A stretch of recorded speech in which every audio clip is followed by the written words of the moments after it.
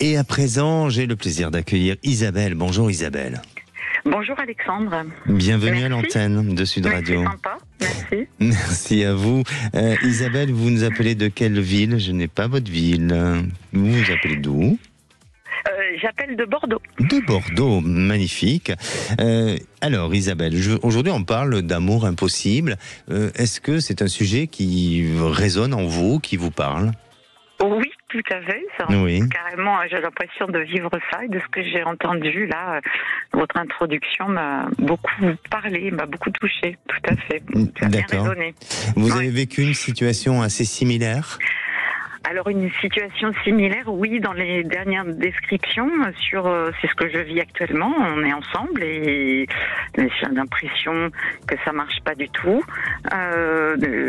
Voilà. Donc c'est comme si je m'accrochais. Mon cerveau voulait justement s'accrocher à quelque chose qui ne peut pas fonctionner. Et voilà. Alors, pour que nos auditeurs comprennent un petit peu votre histoire, oui. Est-ce que vous voulez bien nous expliquer un petit peu, vous êtes avec une personne depuis combien d'années? Ça fait 13-14 ans et on s'est mariés et il m'a quitté là il y a fin mars. Voilà, donc il le fait assez régulièrement, c'est une espèce de menace, j'ai l'impression. D'accord.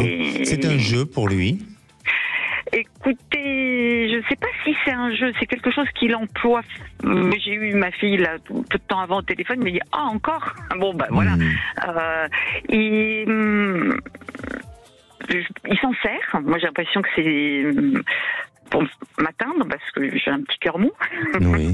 Voilà. Oui. Et vous avez des sentiments aussi, j'imagine.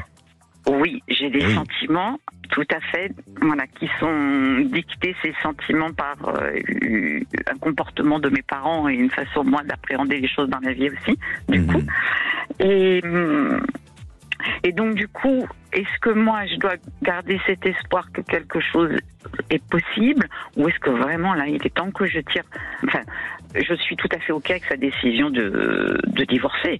Par contre, moi, voilà, est-ce que, ciao, OK, c'est bon, vraiment, faut que je passe à autre chose, ou est-ce que c'est vain ou pas?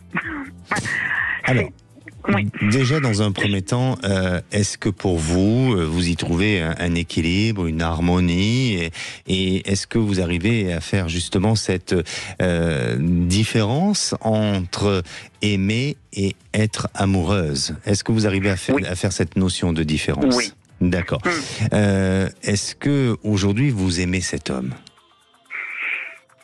Une part de moi est amoureuse, et la part intellectuelle qui regarde la façon dont il me parle et dont il me traite, je trouve ça complètement abject. Je serais ma meilleure amie, je lui dirais va-t'en.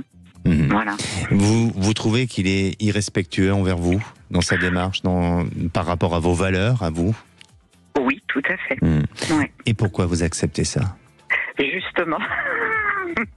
C'est les limites que je suis en train de poser et qui font que plus ça va, plus il me quitte tous les 4 matins parce que je ne réponds plus au schéma d'avant. Voilà. Oui, effectivement. Et j'imagine qu'à chaque fois, ça atteint votre estime de soi, votre estime de vous-même. Vous avez fait un travail personnel? Vous avez je suis en plein dedans. Ah, oui, d'accord, vous faites accompagner. Oui, tout à fait. Et l'attaque de l'estime de moi, il n'y a plus accès maintenant parce que j'ai repris ma valeur. En fait, de ce que je ressens au niveau de cette relation, il y a ce côté un peu persécuteur. Vous trouvez en tant que sauveuse, vous essayez de sauver cet amour, et puis la conclusion de tout ça, c'est que vous êtes victime d'une situation, vous êtes victime d'une histoire, mais qui n'est peut-être pas votre propre histoire. Est-ce que vous avez déjà pensé à ça? Oui, ce n'est pas mon histoire. Alors ça, je l'entends bien là, et ça, je l'avais pas encore vu comme ça. Tout à fait. Et je veux me sortir de je me fais tout pour sortir du triangle de Karpman, et je vois bien quand je suis persécutrice, justement, victime ou sauveuse. Voilà. Et voilà, exactement. Et ce triangle de Karpman, justement, on parle de ce côté sauveur, persécuteur, de victime, et vous êtes dans ce triangle-là, tout simplement. Donc il faut en sortir, parce que pour moi, de ce que je ressens, et pardonnez-moi, je ne porte pas de jugement sur votre histoire, parce que certaines personnes, ça pourrait leur convenir d'avoir ce mode de vie, mais vous êtes en souffrance par rapport à ça et vous vous rendez victime d'une histoire qui ne vous appartient pas.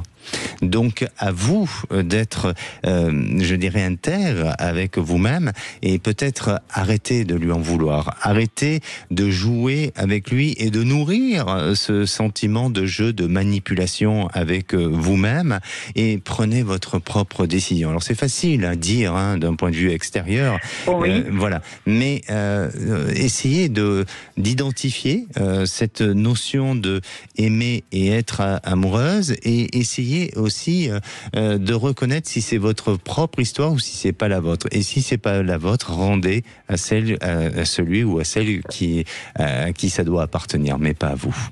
D'accord ? J'entends bien, mais concrètement, comment je conçois intellectuellement, Ben, tout simplement, vous êtes une personne à part entière, avec des valeurs, avec une intégrité, avec un sentiment propre de l'amour, avec tout simplement cette envie d'être aimé sous un concept qui vous appartient et qui est le vôtre. Et si tout ne rentre pas dans ces cases, alors ça ne veut pas dire pour autant que vous devez devenir autoritaire ou quoi que ce soit et intolérante. Mais si ça vous appartient pas, prenez votre propre décision et ne lui en voulez pas, mais surtout ne restez pas dans ce schéma de victime. Tout à fait. Ça, je fais tout pour en sortir. Je ne veux pas me poser en victime. C'est pour ça. C'est pour ça que le fait de continuer cet accompagnement et cette thérapie va vous aider. Et vous allez voir que vous allez en sortir. Alors, pour répondre à votre question, parce que j'imagine que c'est de savoir comment ça va évoluer. Pour moi, je ne vois pas de suite sur le long terme. Ça demande du temps, encore un petit peu, avant de pouvoir arriver à faire une coupure et une rupture. Mais j'ai l'impression que d'ici la fin de l'année, vous allez être déterminé. Et ça sera peut-être pour vous, je ne veux pas vous influencer sur vos choix, mais ça sera du non-retour. Je le sens arriver, ce non-retour. Ouais. Bon, très bien. Okay. Allez, soyez forte, soyez courageuse et surtout, respectez-vous. Oui, merci beaucoup. Merci à vous, prenez soin de vous, merci. Pareillement.